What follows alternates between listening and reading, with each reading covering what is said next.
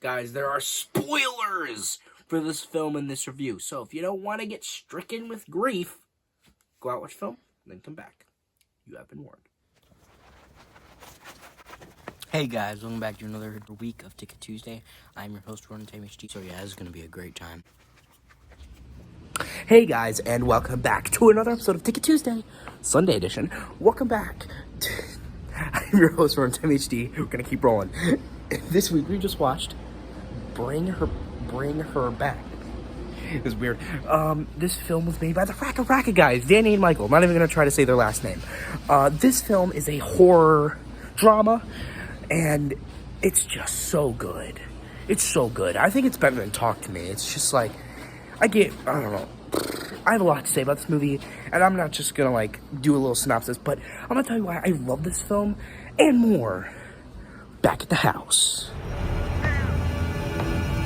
It's fucking an angel.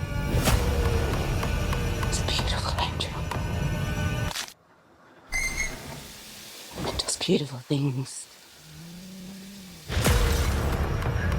Listen. Listen.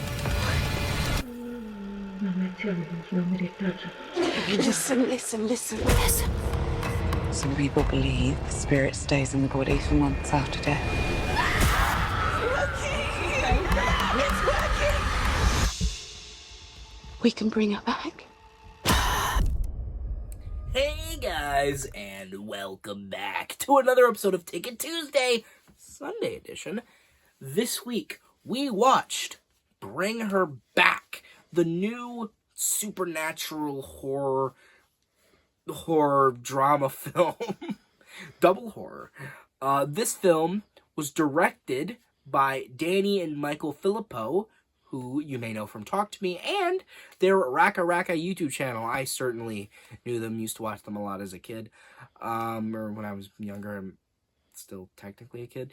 Anyway, this movie is starring Sally Hawkins, Billy Barrett, Sora Wong, and Jonah Wren Phillips. Before I get into the film itself, Sora Wong, one of the leads of this movie, I did some research on her, and one, she plays a visually impaired character, and she is visually impaired. She actually does have, partial blindness, and I think that is a very endearing thing, that people with disabilities can get roles too. I think that's very inspiring. And also, what's even more inspiring is that she has literally been in no movie before this. This is her first movie, her first anything, except for one thing. And she said that she was in one play in school one time. Once. She was in a school play, and that's it. This was literally her first professional acting role, and she literally just said to her mom, he's like, you know what, let's give it a try. Not expecting to win. Not expecting to get the role at all, but she did. And I think she did a great job especially for not being a professional actor at all. I think she did great. And I really hope that she gets more roles, because I think for being, what is she, 14? I think that she's a really good actor. As I said, for a super beginner, right? Literally never been in anything else. I think she did great. And, I really like the fact that they actually got a visually impaired actor to play the visually impaired character, because, what else would you do? Do it with CGI? That's just more work, and it's a waste of time when you could just get a real visually impaired person, and it would be more authentic that way. And that's probably why they actually got a casting call for visually impaired people. I really like that. With that being said, how about the other actors? I really liked Billy Barrett. I think he did a really good job. He's a great actor, honestly. In the movie, I was, really engaged with him. I really, felt his pain, his struggle throughout the film. He did a really good job. Honestly, pretty much everybody in this movie did a great job. And I think this movie is fairly simple in, idea. It's basically a ghost movie, a ghost story, right? A mother, who's distraught at the death of premature death of her child, is like, we'll do anything to bring her daughter back. Bring her back. We'll do anything to bring her back. And she'll do anything, even if that means murdering people, kidnapping people. She'll do anything to bring her back. But how far will she go? How far can she go? I think it's a very simple premise, but it works. It just works.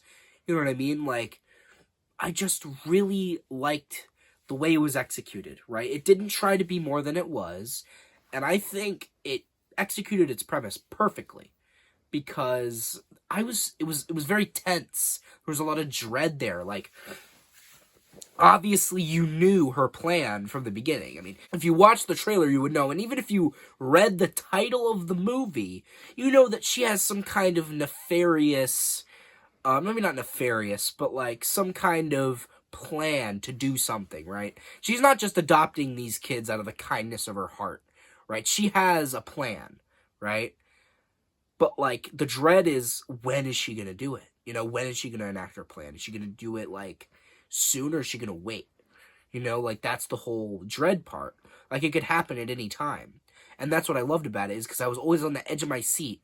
Like, what's gonna happen? Is she gonna kill somebody? Like, is she gonna, like, there was a part of the movie that really shocked me, and big spoilers. Okay, 3, 2, 1. Andy dying just shocked the hell out of me. And I don't usually get shocked by horror movies that much these days, because, I mean, even in a good horror movie, you know what's gonna happen, right? Like, the hero's not gonna die, right? The main character's probably gonna prevail against the slasher, or against the villain, or the antagonist, right? But this movie really shocked me by killing one of the main leads. I thought it was gonna be a fake-out death, like he would come back later. Because, I mean, if you get drowned like that, you could just pass out and people think you're dead. But no, he died. Like, I thought maybe he was gonna come back later and save Piper, but no, he was just dead. And that caught me off guard. It really did. And when that happened, I'm like, it's fair game. Fucking anything can happen. They just killed one of the main characters. Anything can happen. And that's why I was, like, on the edge of my seat. And the final, like, climax of the movie, when it's on her lap, on Laura's lap, she's about to enact her plan. She has Oliver, who has, like, her daughter's soul in his mouth, right? He has it. And she's about to drown Piper, but then Piper says, "Mum." And that breaks her. Because she made the mistake of getting attached, right? She adopted her. She, got to know her for a couple days, and she reminded her of her daughter. And essentially, that just meant she felt like she was drowning her daughter, killing her daughter, letting her die again, and she just couldn't do it. Right? She just couldn't enact her plan, and she let Piper get away. And that was a very satisfying ending. And I was literally jumping out of my seat during that scene. Like, it was so tense, and it felt like I genuinely thought that it was going to happen, right? That she was going to enact her plan and it was going to work. But it didn't. And it felt right. It was a very satisfying ending, and then the spirit obviously spits out, it spits out, I believe her name was, what was her name? The daughter. I forgot what the daughter's name was, but she spits out, like, because basically what was going to happen is, like, you had to reenact the loved one's death, and then the temporary vessel would spit out the soul into the mouth of the now dead person, and then that person would take over that other person's body, right? Pretty simple stuff. But since there was nobody to spit it into, we just vomited it up, and then there are obviously classic ghost stuff. There's a line, like a trap, to keep the spirit around the house. So he stepped out, and the spirit left. It left his body. And if you, obviously, the vessel had to come from somewhere, so she just kidnapped this random kid to enact this plan, right? And he didn't die. He actually was fine. So obviously Piper got away. She's like the only person to survive this ordeal, by the way. Except for the kid. Connor survived. But she got away, and she got in the car, and they likely called the cops right away, and then they came in. And then, obviously, Laura, you know, she drowned herself in the pool with the body of her daughter. And honestly, I really think that it was a satisfying ending, you know, because at least Piper got away. She was, like, the most innocent character in the movie, aside from, obviously, Connor, the kid who got kidnapped. She was the most innocent character in the movie. She didn't deserve to go out like Andy did. You know, I liked Andy. I actually really got to like him, and it was sad to see him go. But Piper made it, and that's what matters. But honestly, with that being said, with all the nonsense and all the goofing, all the chicanery aside, I just really, really enjoyed this movie, and I think you would too. I honestly believe that this movie was better than Talk to Me, and it's been a while since I watched the review of Talk to Me, but I thought I was really hard on it. Like, when it came out, I think I was way too hard on it, from what I remember. I think I should actually even do a redo of that, because now I've really softened up to that movie. I think it's great. And I think, but even though I've really softened up on Talk to Me, I think it's way better than I originally thought it was. I think this movie's even better. Like, I just think, like, this movie has that vibe. You know, like, it's got the sauce. You know, it's got the sauce. And, dude, it's like, at the end of the movie, I was just, like, sitting in the theater chair, like, that was a good movie. Right? Like, I don't know. Like, I felt happy. You know, like, I felt elated that, like, man, that was a good fucking movie. Right? And, like, I don't know. I just loved it, and I would highly recommend it for, you know, fans of Talk to Me, fans of the Raka Raka channel, you know, if you remember them. I certainly do. But honestly, if you're a fan of ghost movies, you know, demon possession movies, just any kind of, like, spirit, like, spooky spirit movie, like, I don't even really know how to describe it, like, supernatural, horror, stuff like that kind of word. If you're a fan of that, absolutely. Anyway, highly recommend it. And with that being said, what would I rate this film? I don't think this is recency bias. I'm straight. This is gonna be a 8 out of 10. And, yeah, I think I've said what I need to say. I think I've said my piece. So, guys, hope you like this video. Share it with your friends. Subscribe. Turn those notifications on. Comment down below if you liked it. And I've been Run to HD. Wait.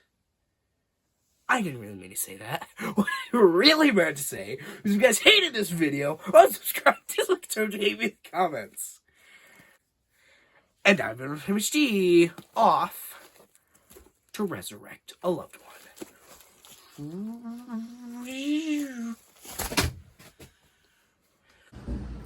So, I used to watch these guys, like, back when I was younger. I actually used to watch these guys' videos, so it's kind of crazy seeing them, like, make it relatively big. I mean, Talk to Me was a pretty big success, and I think a lot of people love this movie, too, so please, I hope these guys keep this up, because it's a nice success story. You know, I love seeing these guys that I watched as a kid make it big in the movie scene. It's really nice and wholesome, even though their movies are not wholesome in the slightest. But I like it anyway. Keep it at them, and maybe make Ronald McDonald make an appearance in these movies. I don't know. That would be a nice cameo. Probably would cost a lot of money though.